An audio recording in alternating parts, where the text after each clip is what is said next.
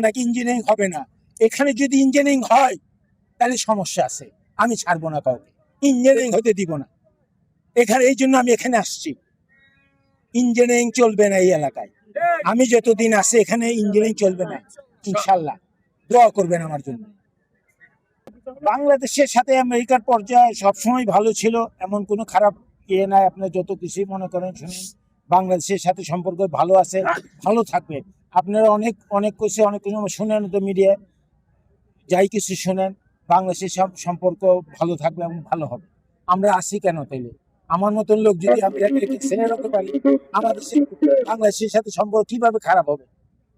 হয়তো এখানে পলিটিশিয়ানরা এরা হয়তো জানে না, এরা মনে করে এরা অনেক কিছু করতেছে, রাইট?